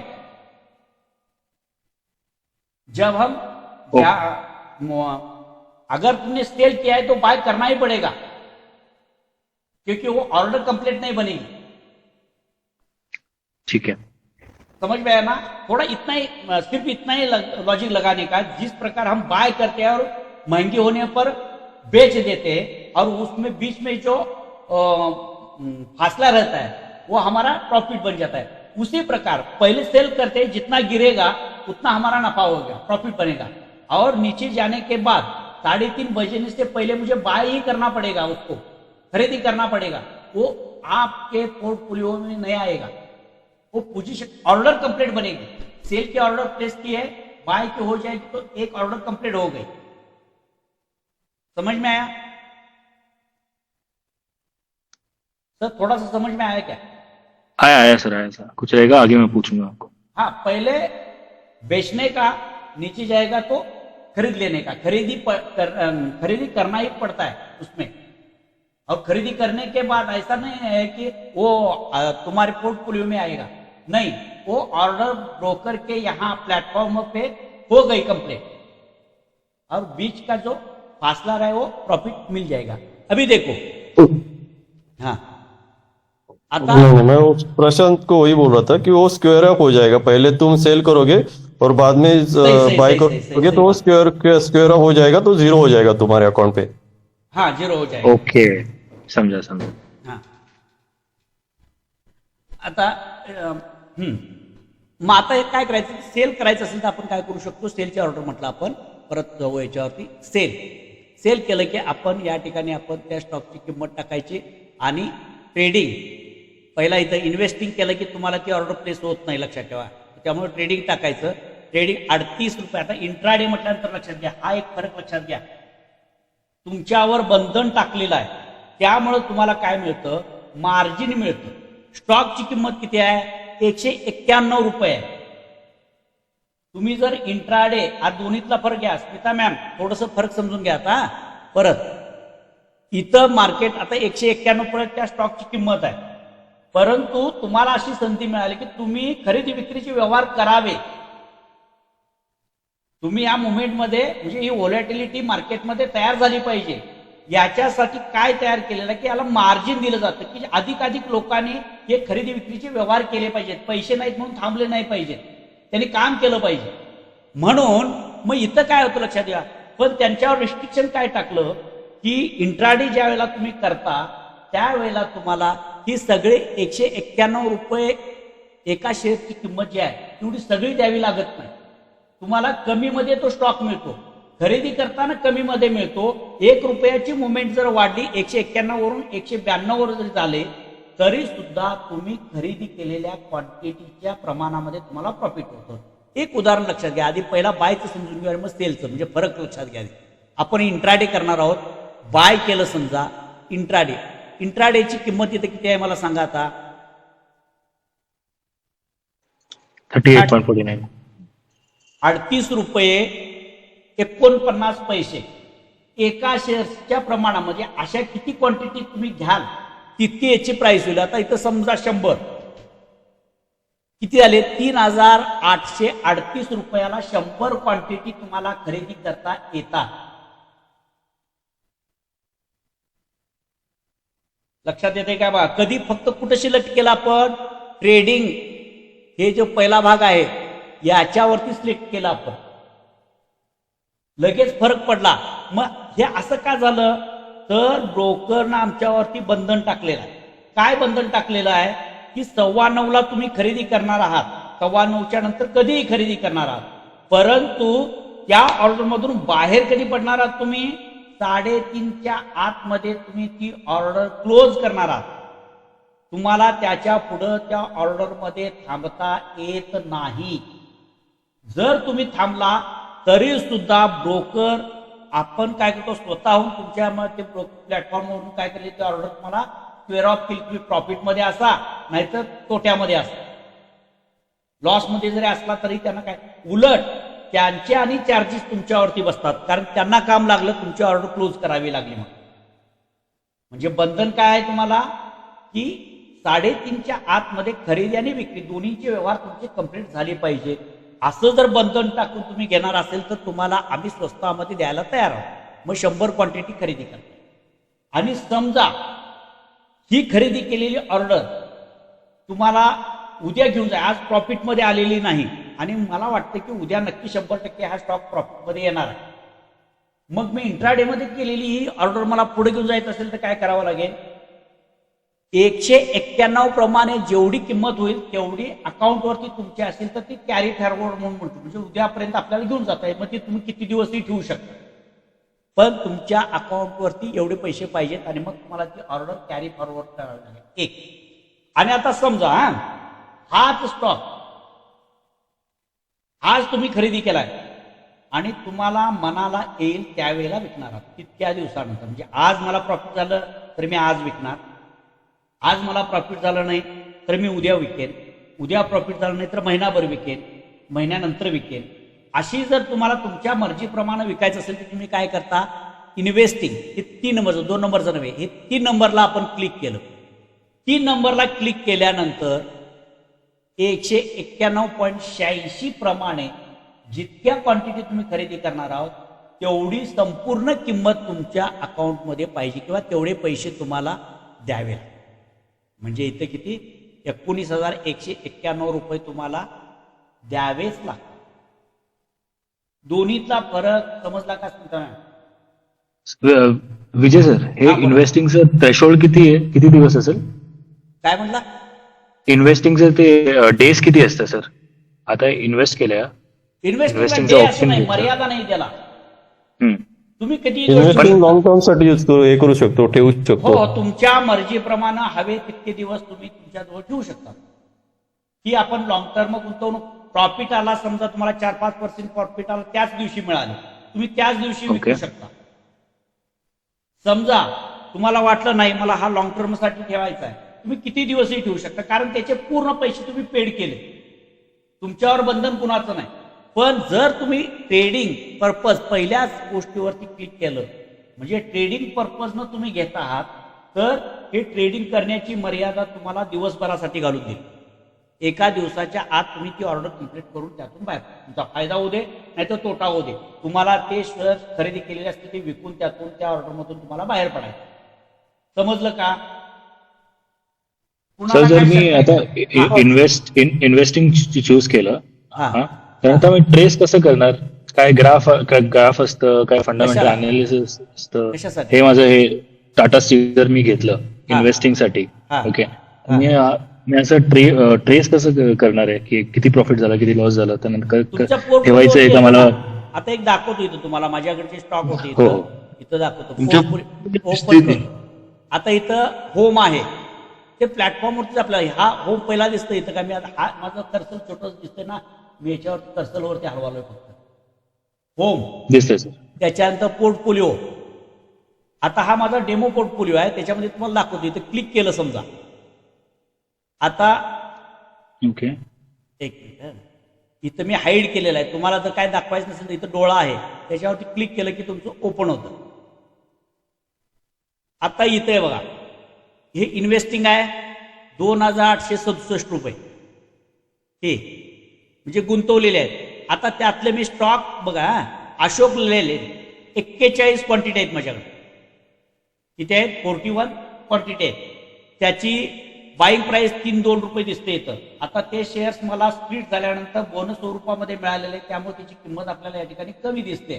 पण तो स्टॉक माझे निव्वळ बोनसचे आहेत. मूळ अमाऊंट जी क्वांटिटी होती ती विकून मी प्रॉफिटमधून बाहेर पडले. हे केवळ प्रॉफिटमधले स्टॉक आहेत, त्यामुळे त्याची किंमत मला कमी दिसते, लक्षात घ्या. आणि ही एलटीपी आहे, म्हणजे आता मार्केटमध्ये चालू असलेली किंमत. थोडक्यात समजा 3 रुपये 2 पैशांना हा स्टॉक मी तर खरेदी केलेला असेल किंवा केलेला आहे असं समजा. आता इथं दिसते ती प्राइस. खालचं स्टॉक घेतला तरी चालतोय. कोल इंडिया 7 क्वांटिटी आहेत, 391 रुपयाला माझं ॲव्हरेज बाईंग आहे. म्हणजे खरेदी कितीला केलेलं आहे मी? 391 रुपयाला. आज एलटीपी म्हणजे चालू मार्केट प्राइस काय आहे? 450 रुपये 45 पैसे चालू मार्केट प्राइस. म्हणजे माझी इन्व्हेस्टमेंट किती होती? 2743 रुपये इन्व्हेस्टमेंट ही होती. एवढी अरे एक मिनिट, हा 2743 रुपये इतकी माझी गुंतवणूक होती. आणि त्याच्या पुढं आता त्याची किंमत म्हणजे त्याची व्हॅल्यू किती झाली? वाढून माझे आता तेच पैसे माझे 3153 रुपये झालेले आहेत. इथं तुम्हाला तुमचं पर्सेंटेज दिसतं, इथं खाली दिसतं एकूण जेवढे स्टॉक तुमचे असतील त्याची इन्व्हेस्टमेंट एकूण किती तुम्ही गुंतवलेली आहे. टोटल तुमची गुंतवणूक किती आहे? तर 2867. जो 2067 रुपये तुम्ही गुंतवलेले आहेत, तर आज घडीला तुमचं प्रॉफिट किती आहे? 9472 रुपये प्रॉफिट आहे. ओव्हरऑल प्रॉफिट कितीचं आहे? म्हणजे निव्वळ प्रॉफिट किती आहे तुमचं? 6605. किती पर्सेंटेज आहे? 230% रिटर्न्स मला त्याच्यामध्ये मिळाले. असं त्याचं हे आहे. आता समजा दिवसभरामध्ये आजच्या दिवसामध्ये लॉस किती झाला? तर 329 रुपयांचा, म्हणजे 3% मला लॉस आजच्या दिवसभरामध्ये झालेला आहे.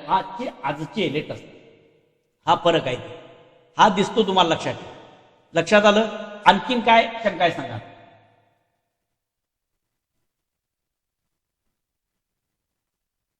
बोला सर. सर बाय कितना भी शेयर में बाय करो और कितना भी शेयर सेल करो तो उसमें ब्रोकरेज लगेगा ही लगेगा क्या? चाहे वो ऑप्शन हो या नहीं, ब्रोकरेज तो लगता ही है, लेकिन तुम्ही क्वांटिटी ज्या वेळेला करताय, जब क्वांटिटी में खरीदी करता है, इन्वेस्टिंग में करता है, उसके चार्जेस थोड़े कम बनते हैं. और जब ट्रेडिंग करते मतलब इंट्राडे करते तो 20 रुपए का चार्जेस आपको पर ऑर्डर, मतलब बाय को 20 सेल को 20, इस प्रकार का ब्रोकरेज लगता ही लगता है. ओके, मतलब इंट्राडे में कम लगता है कंपैरेटिवली, राइट? इंट्राडे में ज्यादा लगता है. ओ, ज्यादा लगता है, ठीक है. हाँ, इंट्राडे में ज्यादा लगता है. और जब इन्वेस्टिंग के दृष्टिकोण से लेते हो पर्पज से, तो लॉन्ग टर्म के लिए रखते हो, कैश में खरीदी करते हो, तो उसके लिए चार्जेस कम होते हैं. Okay sir. सर इन्व्हेस्टिंग मध्ये समजा 100 क्वांटिटी जर मी घेतले तर त्या पर शेअर मागे चार्जेस लागतात की टोटल क्वांटिटीवरती एक ऑर्डर वरती लागतात? Total amount. ओके. आणि आपल्या इंटरडे साठी पर ऑर्डर साठी 20 रुपीज. ओके. याच्यात आणखीन काय आता म्हणजे याच्यामध्ये थोडंसं म्हणजे या तिन्ही प्रकारामध्ये थोडंसं समजलं का आता इथं जर कन्सेप्ट आपल्याला समजली तर पुढे जाऊन अधिक सोप्या पद्धतीने आपल्याला ऑप्शनवरती जास्त होणार नाही. विजय सर एक पे लेटर पण होता, ते काय ऑप्शन, ते काय पे लेटर? कुठलं कुठेतरी बघितलं होतं पे लेटर ऑप्शन, इन्व्हेस्टिंग मध्ये बघितलं होतं मी, ते काय एक ऑप्शन होतं. काय बघायला पाहिजे ते मला काय माहिती. ट्रेडिंग आणि इन्व्हेस्टिंगच्या मध्ये होतं त्या सेंटरला. फर्स्ट मध्ये त्या ऑर्डर मध्ये ना ऑर्डर मध्ये बॅक साईडला काय जायचं नाही. ऑर्डर मध्ये बाय ऑर्डर मध्ये पे लिमिट फिगर आहे, पे लेटर, पे लेटर ऑर्डर आहे ती आपल्याला ऑर्डर नंतर टाकता येते. ते एक ऑर्डरचा प्रकार आहे. म्हणजे आपण कायम स्वरूपी सुद्धा ऑर्डर MTF ची ऑर्डर लावू शकतो मार्केट हावर्सचे नंतर. ऑर्डरचा प्रकार आहे ते तुम्हाला सांगतो, ते शिकवतो तुम्हाला. ते फार झालं ऑर्डरचे प्रकार काय, ते स्टॉप लॉस ऑर्डर कशी लावायची, बाय ऑर्डर कशी लावायची, ते ज्यांना माहिती नाही किती लोकांना माहिती नाही हे सांगायला लागेल सांगा मला. म्हणजे त्याच्यासाठी आपल्याला वेळ द्यायला लागत असेल तर नाही तर पुढे जायचं आहे. थोडंसं हे समजायला पाहिजे आपल्याला. हे पण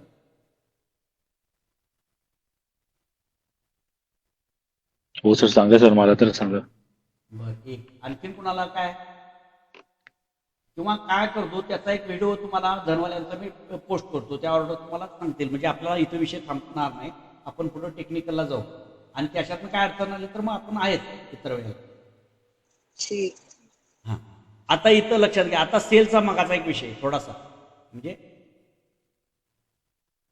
आता तीच ऑर्डर आपण काय करायचं, आता तिथं डोकं खाजवत बसायचं म्हणून सांगितलं तुम्हाला. काय म्हणजे जास्त आपलं अरे माझ्या स्टॉक नाही आणि मग विकायचं कसं, त्या किचकटमध्ये पडायचं नाही. आपल्याला एवढं माहिती आहे की आधी विकून नंतर खरेदी करावा लागतो. ती ऑर्डर पूर्ण झाली की मधला जो गॅप आहे तो आपला फायदा.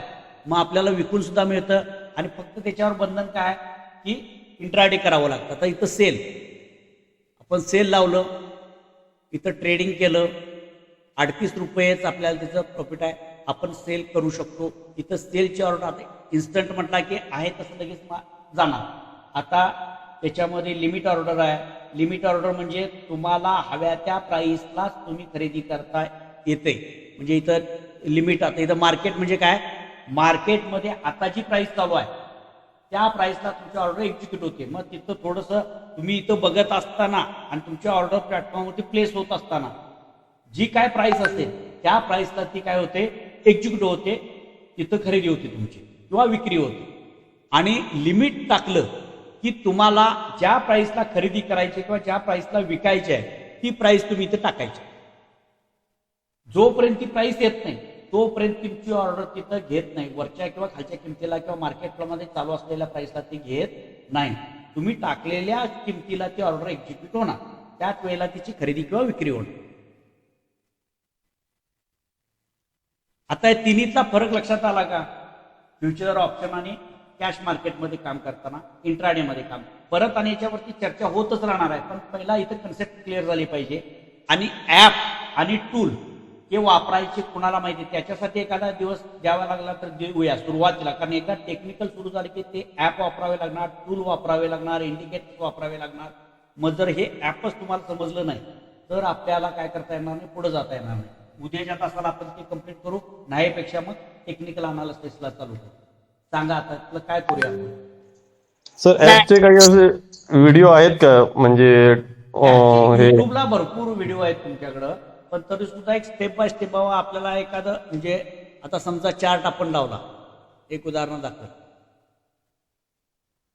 त्या चार्टवरती क्लिक केल्यानंतर चार्ट कसा दिसतो, त्याच्यानंतर टूल कुठं असतात, ते सेव्ह केल्यानंतर आपल्याला जर कायम स्वरूपी पाहिजे, कारण पुढे जाऊन आपण जे ऍडव्हान्स स्ट्रॅटेजी शिकणार आहोत त्यावेळेला मार्किंग करत असताना इंट्राडेसाठी मार्क केलेला आहे, विकलीसाठी कुठं मार्क केलेला आहे, हावरलीसाठी काय मार्क केलं आहे, ते सगळं आपण जर सेव्ह करून ठेवलं तर ते त्या वेळेला आपल्याला पटकन घेता पण येतं, म्हणजे सिस्टमॅटिकपणे काम करता येतं आपल्याला.